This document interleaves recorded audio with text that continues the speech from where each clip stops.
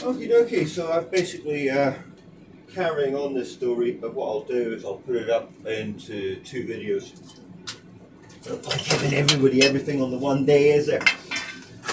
Right, so Granada Coupe, which is bit me in the ass at least once. I was heading down to London in the same car, and I'd repaired the pinking by this point. By putting water in it. How simple can it be? Put some water in a vehicle, it will stop pinking. Lovely jubbly.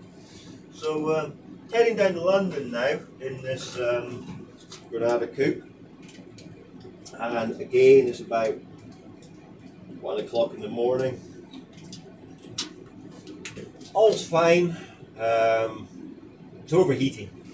These things overheat. Old cars overheat.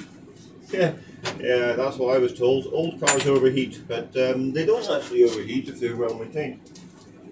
So coming down the M6, and I'm just coming up towards the Stoke turnoff, and all of a sudden, lost heat, loads of steam. Lovely. Days before the AA and the RAC were even an option for me, because I mean that was a lot of money, and I didn't have a lot of money. Well, I did have a lot of money. In fact, I had tons and tons and tons of money at times. But when you're young, you squander it. You just don't give an absolute toss what money's coming from where. There's my other pair that I was looking for. I knew they were around somewhere. So yes, so I'm now in the middle of nowhere in this Granada Coupe with no heat. Again, the middle of winter. Why is it always the middle of winter when we break down? I mean, I just beggars belief to me, but that always happens in the middle of winter. So I'm freezing. I mean, I am as cold can be. I mean, it's hard to get any colder at times. So all I could do is I found a sharp piece of metal in the car, and I physically cut the front seat covers off so that I could basically take the seat cover off where the headrest goes through, cut a hole there so I could wear it like a poncho, and I had the covers off the passenger seat over the front. I had the driver's seat, which I was wearing. Granada Coupe, you obviously have to have the obligatory tartan blanket on the rear parcel shelf where the sun kills the back seat. So I had that wrapped around my head, and I was freezing.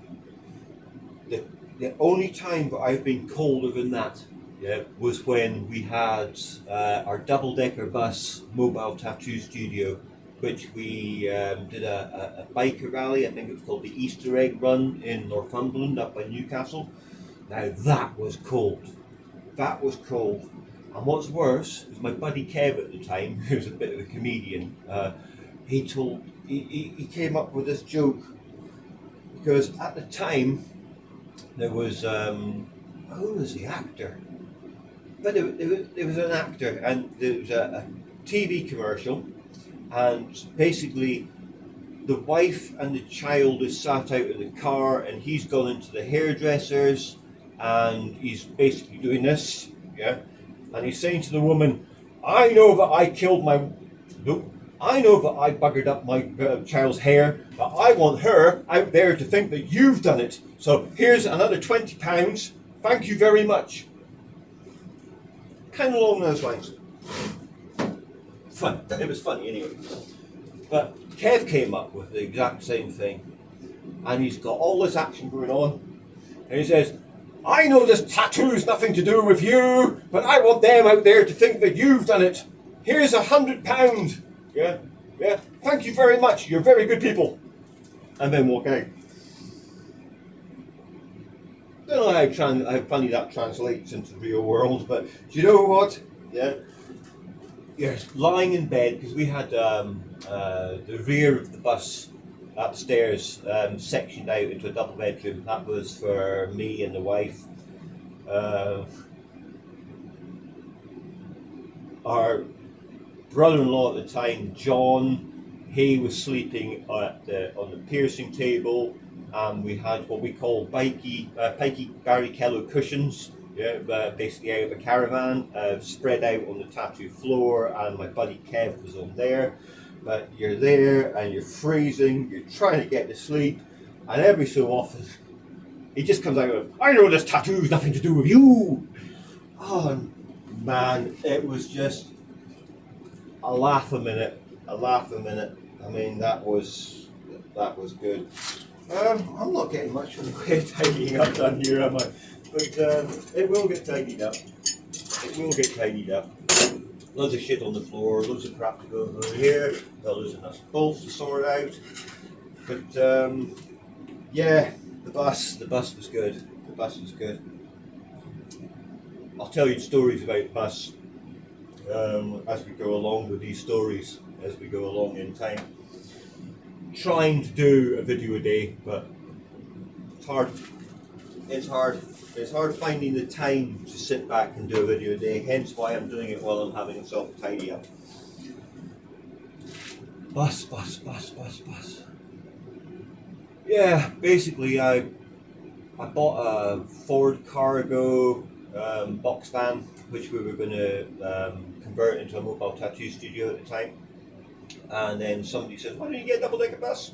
I thought, hey, why don't I go and get myself a double-decker bus? So went to the local bus company, asked them if they had any buses for sale, which they did.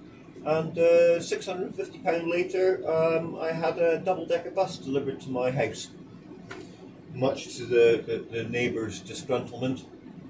But yeah, the bus is in its own stories alone, so I will get onto those. So that's the Granada coupe that tried to kill me. Yes, it's also a Granada coupe which I got lifted in because I had another Granada coupe which was MOT'd and taxed, and I wrote that off and I swapped the number plates onto the other Granada coupe, and some policeman twigged, pulled me over, and I'm lucky on this one because I actually had a warrant out for my arrest for a straight to prison. So the police took the car. It was at the back of the police station for ages, and unbeknownst to them, there was free. I won't say stolen credit cards because I didn't steal them. Yeah, they were found.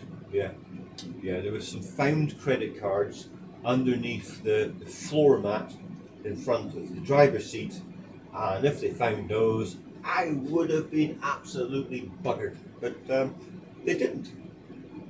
That's a story for another day. Right, that's 2 videos that I've got going on down here. So I'm going to finish this now. Please like, share, and subscribe to all my videos. Yeah, the more people I can get, the better. Apparently, well, I know for a fact there's 660 people on my subscription list. So far, only one person is actually, commenting on these videos, and Mr. Phil McCavity. I don't think that's your real name, but neither is Paul Burt. But 660 people, because there's 661, because I know one was the wife, and she decided to subscribe to my videos only a few days ago, which is weird, but yes, 660 people, yeah, get liking, sharing, and subscribing. There's dudes.